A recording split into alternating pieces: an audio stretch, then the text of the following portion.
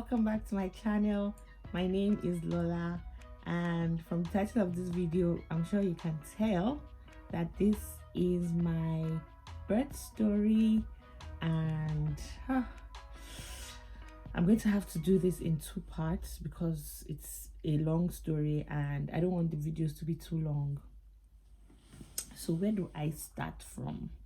Well, let me start by saying, if you're not subscribed to my channel, please hit that subscribe button, and at the end of the video, if you like it, please hit the like button. But if you do like me, you can already hit it right now, okay? That's so corny.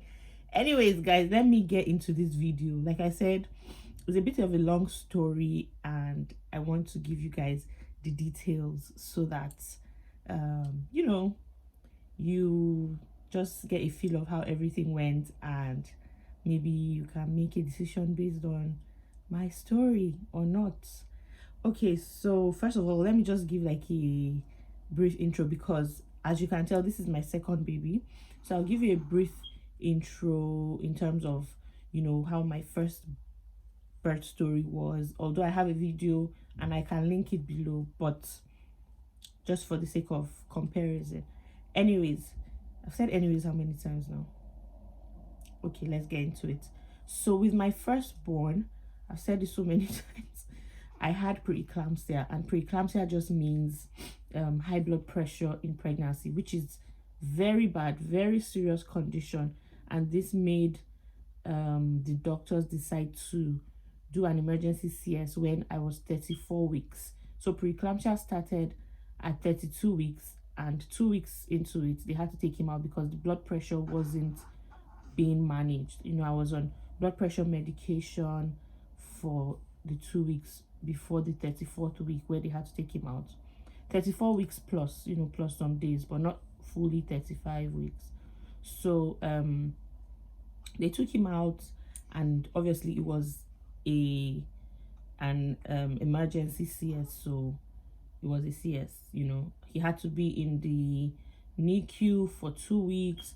I was also being watched, for my blood pressure to normalize and stabilize and all that. And if you want more details about that, you can watch the video. I'll link it below. So that was how my first birth went, my first birthing experience went, and for that reason, when I started my antenatal classes, or seeing the doctor in Nigeria, he just ruled out any other option but CS, because I just said, okay, well, even though I already knew that I wasn't planning to birth my second born in Nigeria, I was going to travel. I didn't know what the doctors abroad would decide, so but I was just open to both options, whatever it was. But me being a person that likes experience different things, I want to know what it feels like, whatever, I wished for a VBAC. I didn't mind trying, but if it was going to put me or my child at risk, of course, please, by all means, slice that stomach and bring out this child, so I was open to whatever. But my doctor in Nigeria ruled out any other thing but CS, so I said, okay, no problem. And then what happened? Okay, so then we come to the UK, and I start to see the doctor and all that. So they said I could have whatever birth I wanted. If I wanted to have an elective CS, it was all up to me. If I wanted to try for a VBAC, since my first birth, which was a CS, was already 2 years away, or 2 years gone, so I could definitely try for a VBAC. And a VBAC just means vaginal birth after cesarean, so that's what a VBAC means. So I had that in mind, but I had a limited time that my spouse had to be with me for, because obviously he has to go back to work and all that. So I said, I'm not, because if I'm going to do a VBAC, then I'm going to have to wait for labor to start whenever it starts, and that means it could be at 39 weeks, it could be at 40 weeks, it could be at 41 weeks, it could be at 42 weeks.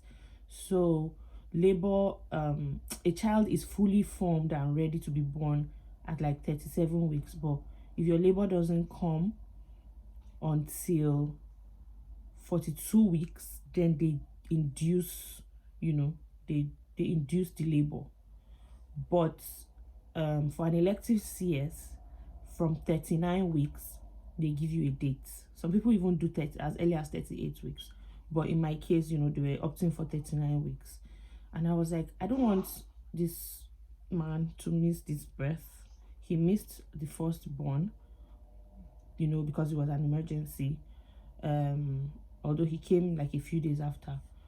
But, I wanted him to be there, to cut the cord, to do all that good stuff. So, I decided to go for an elective CS.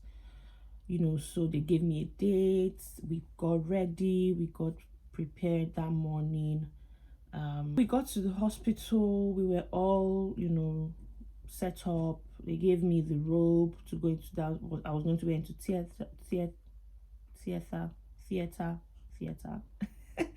They gave my husband his own scrubs, what he was also going to wear into theater and all that.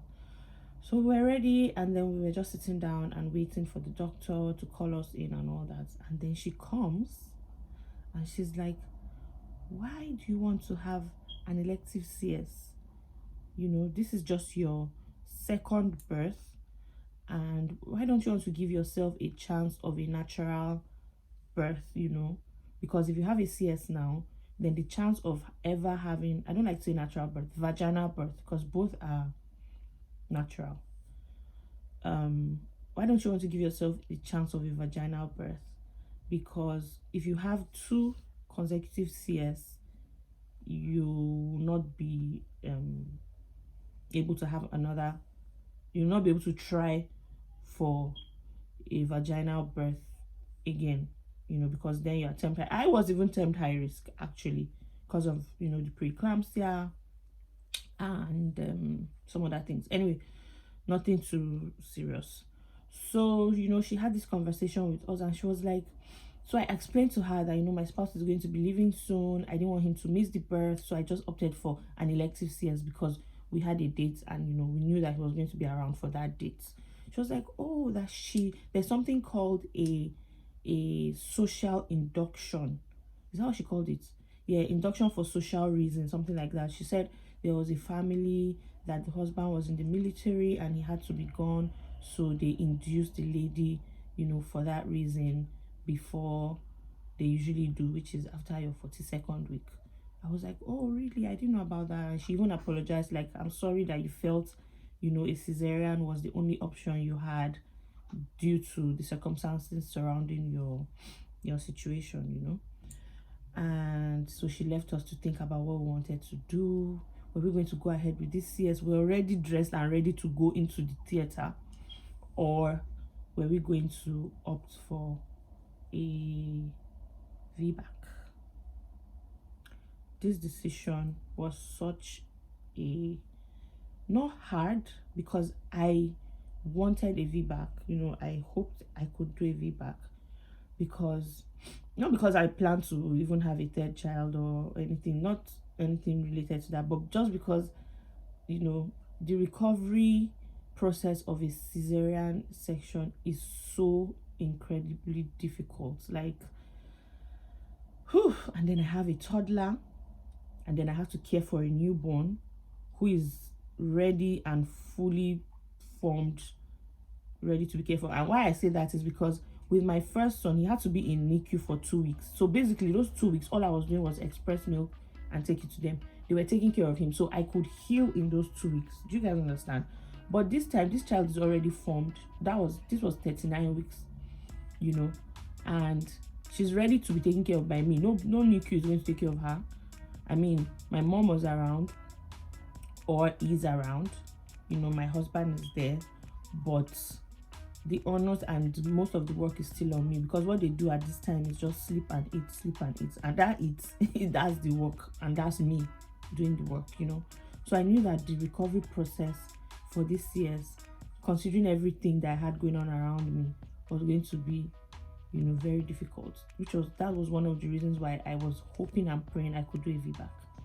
So we had to decide what were we going to do. And I'll leave you to watch the second part of this video to see, what happened, what we decided, and how we went on about it. Okay, thank you guys so much for watching this part 1. I'll see you in part 2.